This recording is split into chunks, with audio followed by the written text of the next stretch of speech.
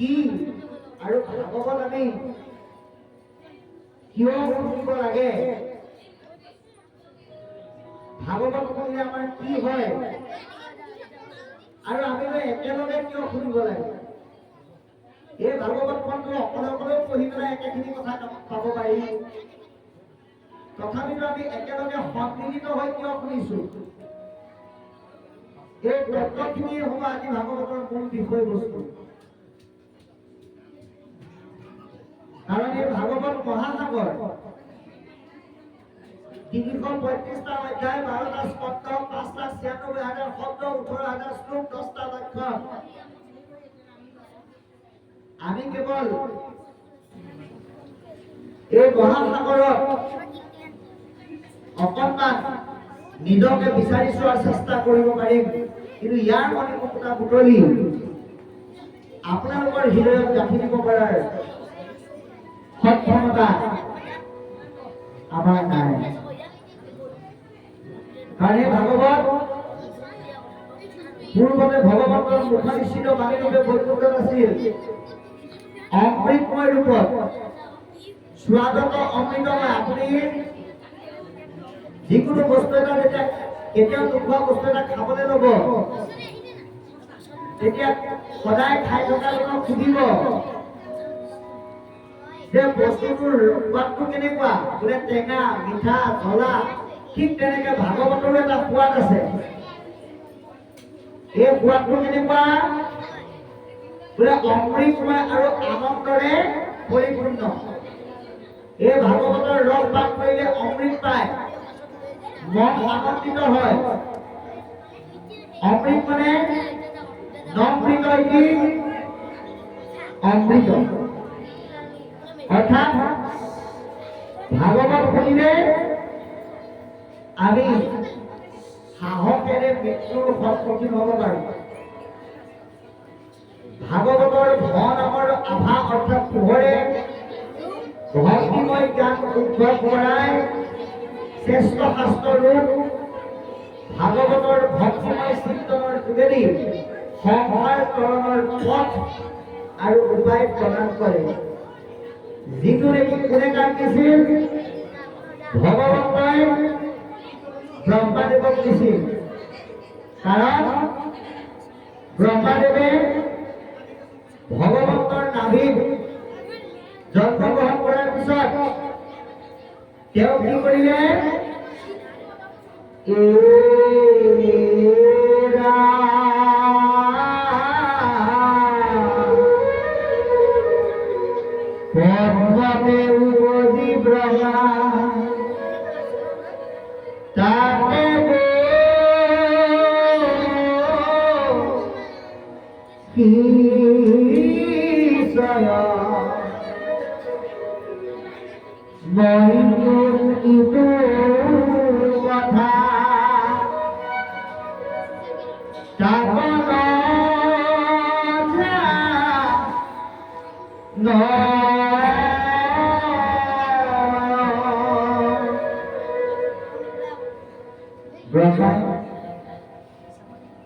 ভগৱন্তৰ নাভিত জন্মগ্ৰহণ কৰিলে, কিন্তু কি কৰিলে, নিজেই সেই কথা পাহৰি থাকিলে। ভগৱন্তই ব্ৰহ্মাক স্বজ্ঞানেৰে পৰিচিত হ'বৰ কাৰণে এই ভাগৱত চতুশ্লোকত প্ৰদান কৰিলে। আৰু এই ভাগৱতৰ যোগেদি ব্ৰহ্মাই 4টা কথা গম পালে যে মই ক'ৰ পৰা আহিলো, মই কোন, মই কি কৰ্ম কৰিব লাগে আৰু মই ক'লৈ যাম। জ্ঞান বিজ্ঞান তৰম ৰহস্যৰ মাধ্যমেৰে পৰম ভগৱন্তই ব্ৰহ্মাদেৱক এই জ্ঞান প্ৰদান কৰি আমাৰ বৰ্তমান লোকসকলক ভাগৱতৰ যোগেদি ঈশ্বৰৰ সন্ধানৰ দ্বাৰা নিজক বিচাৰি ল'বলৈ উপায় প্ৰদান কৰিলে। আৰু সেই ভাগৱত ব্ৰহ্মাদেৱে পাই নাৰদে ব্যাসক ব্যাসে শুকক কৰে শুকদেৱে মৃত্যুমুখী পথৰ যাত্ৰী ৰজা পৰীক্ষিতক প্ৰদান কৰিলে। এটা কথা হ'ল কলি এনেকুৱা এটা যুগ, আপোনালোকে নাভাবিব কলিয়ে বেয়াবিলাকে কেৱল বেয়া মানুহকে পাবতে, এনেকুৱা কথা নহয়। ভাল মানুহকো কলিয়ে পায়। প্ৰমাণ পৰীক্ষিত ৰজা বৈষ্ণৱ, পৰীক্ষিতৰ দৰে বৈষ্ণৱকো কিন্তু কলিয়ে নেৰিলে। এজন ভাল মানুহৰ যোগেদি কলিৰ উদ্ভৱ ঘটাই আমাক বুজাই দিলে যে কলিৰ পৰা ৰক্ষা পাবৰ কাৰণে সৎসংগৰ যোগেদি কৃষ্ণৰ আশ্ৰয় গ্ৰহণ কৰি ভাগৱতৰ আশ্ৰয় লোৱা। 7 দিন ভাগৱত শুনি পৰীক্ষিত ৰজাই নিজৰ জীৱনৰ পথে পৰিৱৰ্তন কৰি দিলে। মৰিবলৈ যোৱা পৰীক্ষিতে শুকদেৱ স্বৰূপ সাধুৰ যোগেদি তৰণৰ উপায় লাভ কৰিলে। এতিয়া কথা হ'ল 7 দিনত যদি পৰীক্ষিতে ভাগৱত শুনি মৰণক তৰণলৈ পৰিণত কৰিব পাৰে, আজি আপোনালোকৰ এই লালপানী নামঘৰত হোৱা ভাগৱতৰ যোগেদি পোৱা জ্ঞানক ব্যৱহাৰিক জীৱনত পালন কৰিলে আমি সংসাৰ কৰিব নোৱাৰিমনে বাৰু?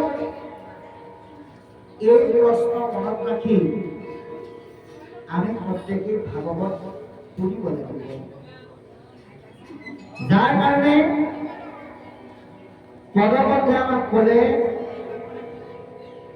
জয় জয় কৃষ্ণ কৃপাময় মহেশ্বৰ। ভগৱন্ত কৃষ্ণ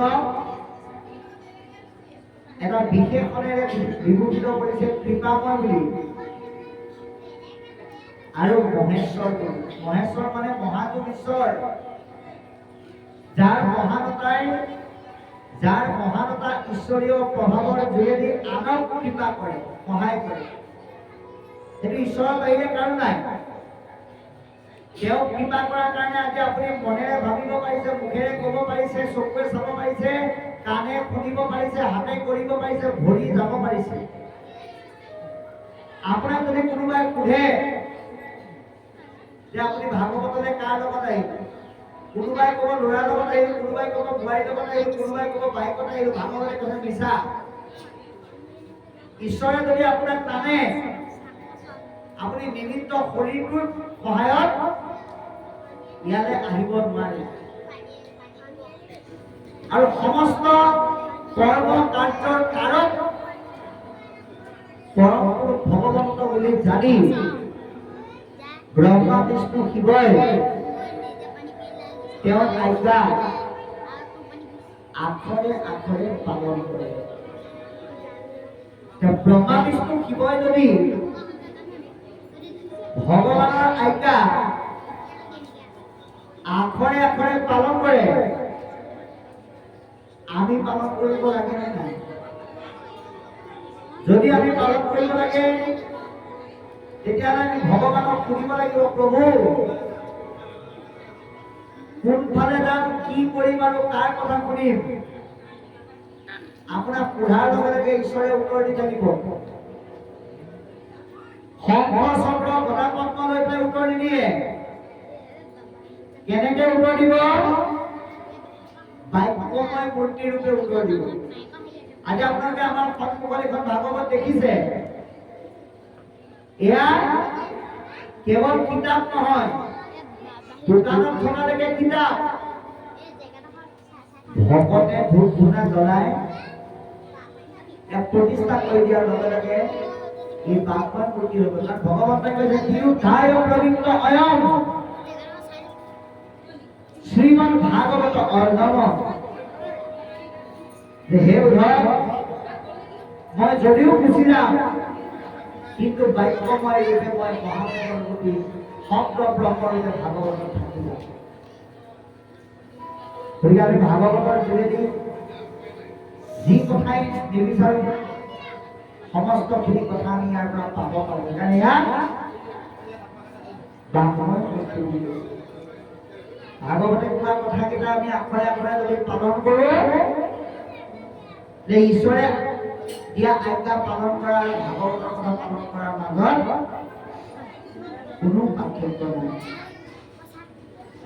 গতিকে আমি ইয়াৰ কথাকেইটা পালন কৰিব লাগিব। মৎস্য কৰ্ম আদি অংশ অৱতাৰ যায়, কেৱল জগতৰ ভগৱন্ত নিৰ্গুণ, কিন্তু তেওঁ জগতৰ লোকসকলে তেওঁৰ গুণলীলা গাই যাতে উদ্ধাৰ হ'ব পাৰে, তাৰ কাৰণে মৎস্য কৰ্মক আদি কৰি বিভিন্ন অৱতাৰ ধাৰণ কৰিছে, কেৱল জীৱৰ কল্যাণৰ কাৰণে।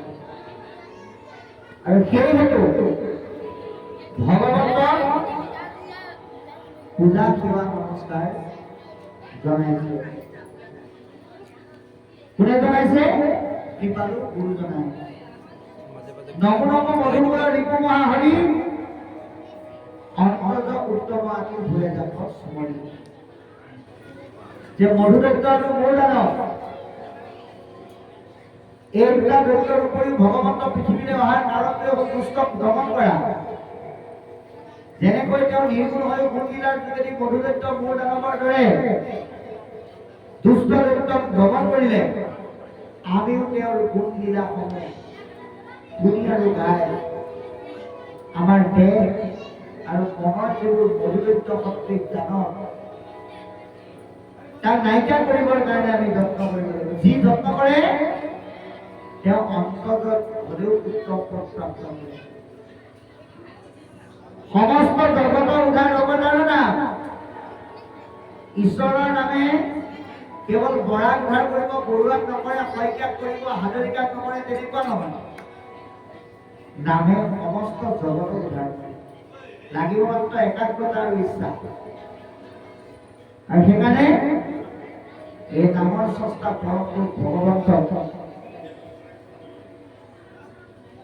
হাজাৰবাৰ কলিকাত জন্মিছে।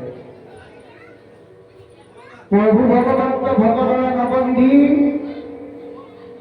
হৰিক স্মৰণে আৰম্ভ হৌক সিদ্ধি।